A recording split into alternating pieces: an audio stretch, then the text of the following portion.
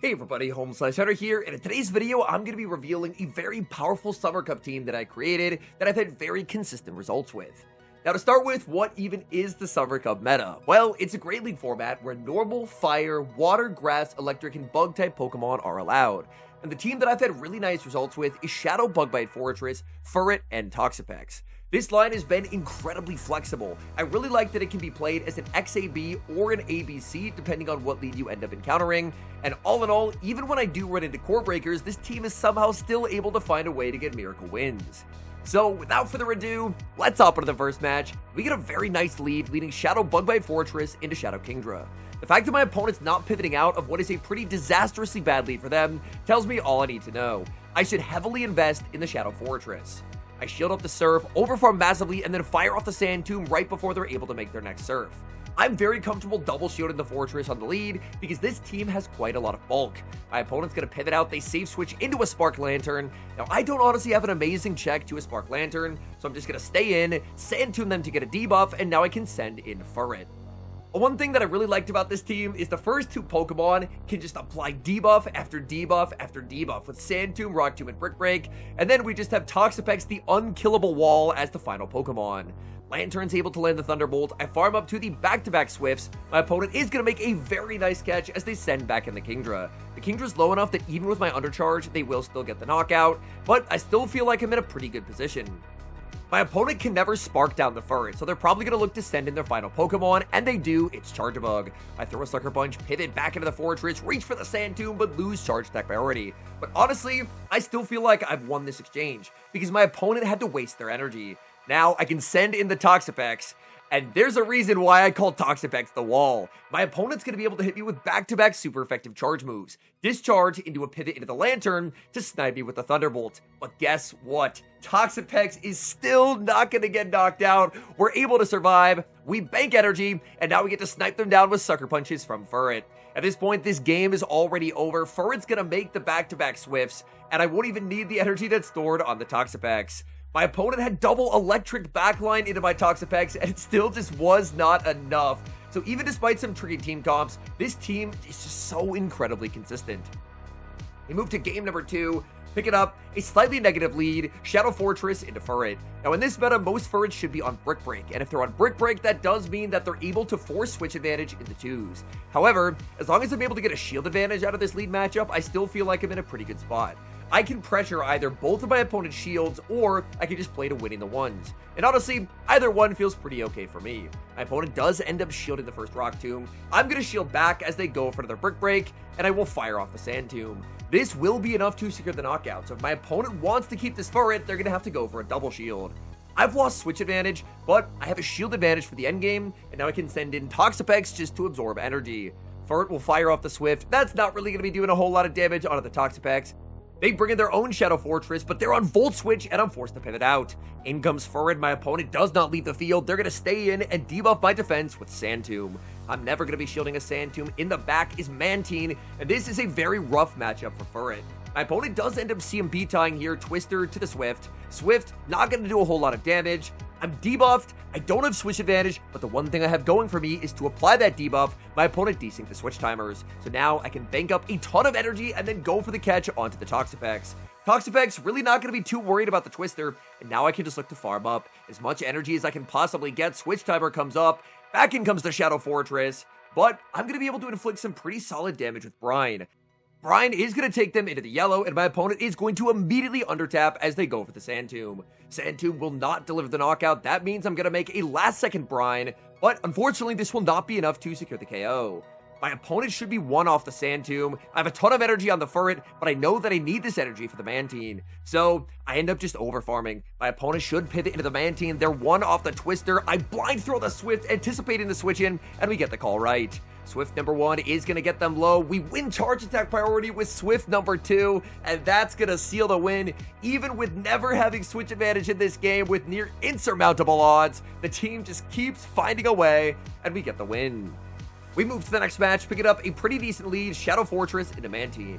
Now, Shadow Bugbite Fortress actually wins the 1s against Mantine, so I'm just going to play to that shielding scenario. My opponent full sends the Water Pulse, and I'm going to immediately retaliate as I fire off the Rock Tomb. I'm hoping my opponent will shield back, but they make the smart play, which is just playing to the zeros. I'm going to barely miss the bug bite down, so I'm just going to go for the catch and sneak onto Furret. That way I can save a ton of health on that Shadow Fortress. My opponent now sends in Kingdra. Kingdra, I don't believe can get enough Dragon Breath damage onto me to fire off a Swift. They're going to have to full send a Surf if they want to take the KO. And that's quite a bit of energy down the drain. So I farm up, reach for the second Swift, but my opponent times it perfectly, and I have taken enough damage where Surf will deliver the knockout. Now, I can just look to bring back in the Fortress. I debated going for the catch there, but unfortunately I ended up clicking it one turn too late. I'm going to be shielding up the Surf, going for the full farm down. In the back is a Shadow Kanto Ninetales, and even down 2 shields, I should still be in a pretty good spot. Energy Ball really does not do much to Toxapex. My opponent is defense dropped. I decided to go for the defense drop over the attack drop here, and my opponent reveals they're actually on Scorching Sands. So unfortunately, my decision to not go for the Rock Tomb debuff actually ends up costing me this game. Otherwise, I could have been in a pretty solid position. But unfortunately, I went for the Sand Tomb, and that ends up backfiring. I would say Scorching Sands Kanto Ninetales is one of the only true core breakers for this team. Even other Pokemon like Jellicent are still very manageable. Which, speak of the devil, we move to the next match, leading Shadow Fortress into Jellicent. But I bank a ton of energy, go for the catch and sneak onto Furret. Even if this is only a Surf catch, which it is, I'm still pretty happy about that damage not landing onto the Fortress. My opponent's going to be sending in Credilli. Good news is, I'm up energy. I have a pacing advantage anyway, but I can apply a very early Brick Break debuff. My opponent will be able to make a move into the Fortress if I end up no-shielding this Rock Tomb, so I decide that I'm going to play the ones. I need to get more damage on this Credilli. So I fire off the Brick Break as soon as I get there. My opponent does not end up playing for Switch, and I'm able to secure the knockout. Even though I'm down a shield, I have a ton of stored energy on my Fortress for later in the game. My opponent reveals their final Pokemon is Kanto Ninetales, and now I see why they didn't end up playing for Switch. They are technically double strong into the Fortress. However, Fortress up energy is very fine into Jellicent, so I'm extremely happy that I was able to fight for Switch advantage here, because now I can put Toxapex on that Kanto Ninetales. The last Kanto Ninetales did have Scorching Sands, but Energy Ball is still the more common moveset, so I send in the Toxapex, and I'm always going to be clicking No Shield. My opponent goes for the Energy Ball, and look at Toxapex go. My opponent does get the Energy Ball defense drop, but look at how little damage that did onto the Toxapex.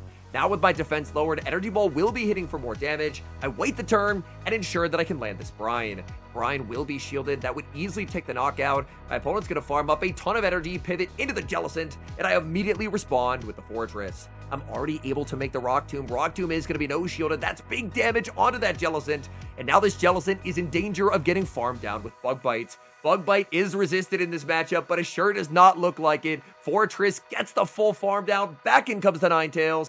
My Toxapex is now outside of Energy Ball range, so I can win the game. My opponent ends up throwing a blind Energy Ball, maybe anticipating that my Switch timer was up and I was going to try and catch on the Pex.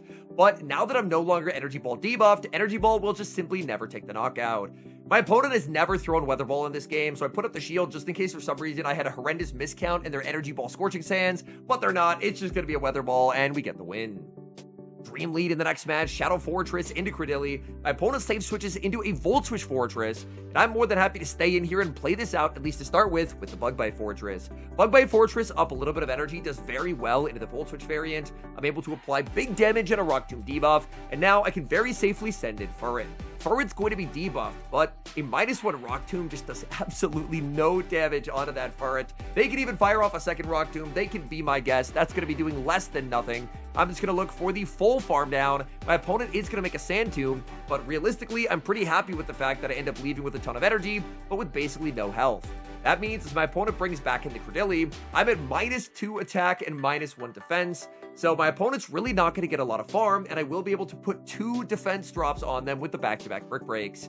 For how heavily debuffed they were, I actually got some pretty nice damage onto Credilli. In comes the Fortress, and look at the Bug Bites go onto that -2 Credilli. Credilli fires off the Rock Tomb, and in the back, my opponent reveals they have a Shadow Kingdra. I'm just going to go straight for the Sand Tomb here. I can Sand Tomb lower their defense, and then just Poison Jab everything down. My opponent ends up no-shielding, and unfortunately, they're just never going to be given an opportunity to shield for the remainder of this game. Kingdra fires off the Swift. Toxapex just does not care. That's another reason why Toxapex ended up being very, very strong, was the fact that since Kingdra no longer runs Outrage, you don't really have much of anything to fear. So we get the full farm down, back in comes Credilli, opponent sees the writing on the wall, and concedes the match. We move to the next game, picking up a pretty nice lead, Shadow Fortress into Empoleon. Now, even though Bug Bites are resisted, this matchup still heavily favors the Bug Bite Fortress. Empoleon will have a pretty big pacing advantage, but I'm always just in a very commanding position. Even if they end up shielding, Fortress is able to win the 2s here. If they end up no shielding, then I can shield once and farm down. My opponent save switches into a Drampa. Now, Drampa, its energy goes everywhere in this meta if it's able to avoid steel types like the Fortress. So the fact that the Fortress is already so low is pretty nice for my opponent. But what's nice for me is the fact that these Bug Bites are absolutely deleting this Pokemon. I'm able to get them very low. I can debuff them with the Sand Tube, and now I can just bring in Furret. My opponent full sends the Fly, but in doing so, they cost themselves the ability to go for Double Swift. Back in comes Empoleon. Empoleon going to get outpaced here by the energy advantage Furret. Brick Break takes the KO, and in the back, they have Kingdra. Now here, I can be a little bit toxic and go for the Brick Break, and that's exactly what I'm going to do. I'm just going to lower their defense, throw the wall Toxapex at them, and there's just not anything they're going to be able to do. So I fire up the Brick Break, they put up the shield, and the reveal, it's Toxapex in the back. My opponent's staying in it, credit to them, they are playing it out to the bitter end, but there is no amount of Swifts that is going to make a difference in this game. Toxapex just creeps ever closer to that game-winning Sludge Wave. The Swifts really do not do much. Even a third Swift would not take the knockout here. We make the Sludge Wave, and that's going to be all she wrote. That is massive overkill, knocking out the Kingdra and securing the win. We move to the next match, Shadow Fortress, this time going to be greeted with a Jumpluff. Now this is a pretty good matchup for the Fortress. My opponent save switches into a Shadow Quagsire, and I will respond with the Furret. Now, I'm not running Trailblaze. However, my opponent obviously has no way of knowing this. Aqua Tail will land for some pretty significant damage, and I'm going to farm up, bluffing a potential Trailblaze as I fire off the Swift. Against non-Shadow Quags, I usually like to throw the Brick Break as the first charge stack while building up to a potential Trailblaze, just because I need the defense drop to let the second Swift KO. But against the Shadow, I'm just able to knock out with the Swift here, so now my opponent has to decide, and they decide they're going to be double shielding. Their lead was a Jumpluff, so I'm very comfortable basically just sacrificing the Fortress and trusting in 2-shield Toxapex to take home the win. Aqua Tail, really not going to do much. I can even survive another Aqua Tail. They make a last-second charge attack here, 1 HP remaining. I'm going to be no shielding. It's a Stone Edge, and that will take the KO. So now it truly is 2-shield Toxapex versus the world. In the back is a Kanto Ninetales. I should be at a pretty good spot here, but my opponent farms up to 6. Are they one of these Scorching Sands Kanto Ninetales? I put up the shield. No, it's just going to be Energy Ball. I'm just going to keep farming, watching for the catch. There's the catch attempt, and in comes the Jumpluff. Jumpluff will be instantly greeted with devastating damage. Sludge Wave connects, and even the non-Shadow Jumpluff just gets absolutely deleted. As long as my opponent cannot make a second charge stack here, there's just no way for my opponent to win. Energy Ball is going to land. They're going to try and get to a second Energy Ball, but they faint to the Poison Jabs, and that's going to be game over. We've already seen they have Energy Ball. Energy Ball just does nothing onto the Toxapex. I can double up on Brines, and that's going to secure the win. Even with all those Poison Jabs, Brine will still not be enough to take the knockout, and that's where having the back-to-back will be very, very helpful. So, a bit of an awkward mid-game there where my opponent was able to take a ton of KOs with the Quagsire, but Toxapex is just too good in the back. Hopping into the final match, great lead Shadow Bugbite Fortress into his Sweet Electrode. Electrode stays in, but they lose over half their health bar to fire off this Wild Charge. I'm going to put up the shield. My opponent's going to be forced to pivot out. They save switch into a Camerupt, and I instantly make a game-losing misplay. I saw Fire type. I instantly brought in the Toxapex, but this is a Camerupt. They run Earth Power, and Earth Power absolutely deletes my Toxapex. Toxapex was barely able to hang on, but I think I'm going to get incinerated down here by the Camerupt. What I should have done was just bring in the Furret. His Furret would have done fine there, but I'll be honest, I was not expecting Camerupt, and now I'm in a ton of trouble. I send in the Furret, but I think I'm probably just going to lose this. I put up the shield as they go for the Earth Power. I will be able to outpace and make it to the Swift, but my opponent should be able to shield and make a second charge attack into the Furret. So they will put up the shield. They undertap, and this Earth Power, I don't know if it one-shots, but it's going to come very close. Earth Power lands. I pivot into the Fortress. In the back is Seismitoad. Oh, this is not looking good whatsoever. Seismitoad is going to be immediately Sand Tube debuffed, but Earth Power is going to hit for huge damage onto the Fortress. I don't even know if I can hang on here to an Earth Power. Earth Power lands, I get absolutely rocked, and I fire off the Sand Tube as soon as I get there. I'm hoping this takes the knockout so I get refunded the Mud Shot's worth of damage, and it does. The question is this Electrode in farm down range? In comes Electrode. They are! We get the farm down! Camerupt gets farmed down too! Fortress is just an absolute force of nature in this meta. I don't know how we were able to win that. I guaranteed should have lost that game when I messed up and brought Toxapex into the energy advantage Camerupt, but it just didn't matter. Fortress farmed down everything, and somehow we are unpunished for our terrible plays, and we're still able to get the win. All in all, Summer Cup has ended up being a surprisingly fun meta to play in. This has been the team that I played for the majority of my battles. I haven't gotten to play nearly as much Summer Cup as I would have liked because I end up climbing to the point where queue times end up becoming a pretty big issue, but I think it's a pretty fun meta. I've tried a few different teams. All of them have been at least okay, but this has definitely been the standout winner.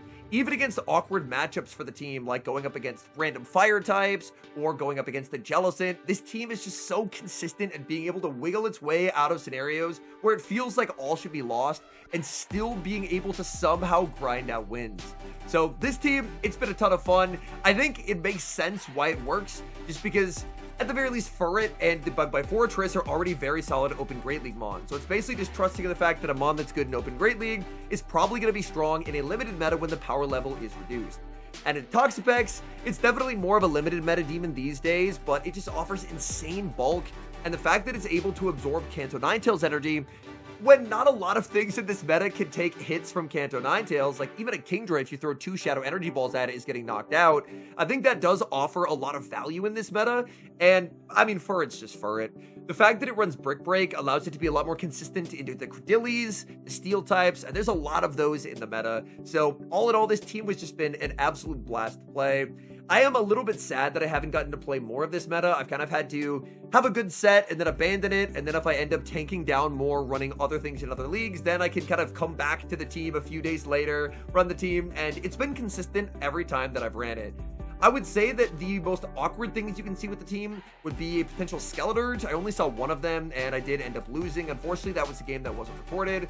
Or the Scorching Sands Kanto Ninetales. Outside of that, it felt like most anything that I encountered with the team was pretty playable. Possibly the funniest part of this Summer Cup meta is the fact that the 2 most common flying types that I saw, which were Mantine and Jumpluff, are both Pokemon that you don't actually have to switch out of the Bug Bite Fortress lead. Bug Bite Fortress being able to just completely obliterate Jumpluff neutrally and be able to get a 1-shield win against Mantine, even though your Bug Bites are heavily resisted and they're super bulky, I think means that Fortress ends up being a lot safer than it might initially seem. Outside of the fire types, there's not really much that it has to pivot out of, and that allows you to really set up your backline for success. Anyways, thank you guys so much for watching. If you enjoyed watching today's video, please do help support the channel. Leave a like on the video, subscribe to the channel if you haven't, and an extra special thank you as always to our channel members here on YouTube. The support you guys provide to the channel is so appreciated, so thank you guys very much, and until next time, I've been HomeSliceHenry.